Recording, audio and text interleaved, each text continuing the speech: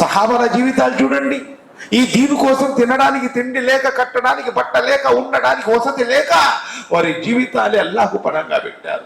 ఆకలి కొని అనుమతిస్తా ఉంటే అల్లాహ్ రసూల్ సల్లల్లాహు అలైహి వసల్లం గారి దగ్గరికి వెళ్ళి, ఓ ప్రవక్త సల్లల్లాహు అలైహి వసల్లం గారు, ఆకలికి తట్టుకోలేకపోతున్నాను, ఏం చేయాలంటే అల్లాహ్ రసూల్ సల్లల్లాహు అలైహి వసల్లం గారు వారి చొక్కాను లేపి, చూడయ్యా, నేను 3 రాళ్ళు కట్టుకున్నా, అంటే నేను 3 రోజుల నుంచి పస్తున్నానే. అల్లాహ్ అడిగితే అల్లాహ్ ఇవ్వడా వారికల్లా? కానీ దునియాలో ఎంత కష్టపడితేనే రేపు మరణానంత జీవితంలో అంత సుఖపడతామని ముహమ్మదు రసూలుల్లాహ్ సల్లల్లాహు అలైహి వసల్లం గారు చెప్పిన మాటకు కట్టుబడి ఆకలితో అలమటించారు. తినడానికి తిండి లేక, కట్టడానికి బట్ట లేక, ఉండడానికి వసతి లేక, ఎండకు ఎండి, చలిలో వణికి, వానలో తడిచి పస్తున్న అల్లాహ్తో రాజీ చేసుకున్నారు. అందుకే రజియల్లాహు తఆలా అన్హులని బిరుదులు సంపాదించుకున్నారు.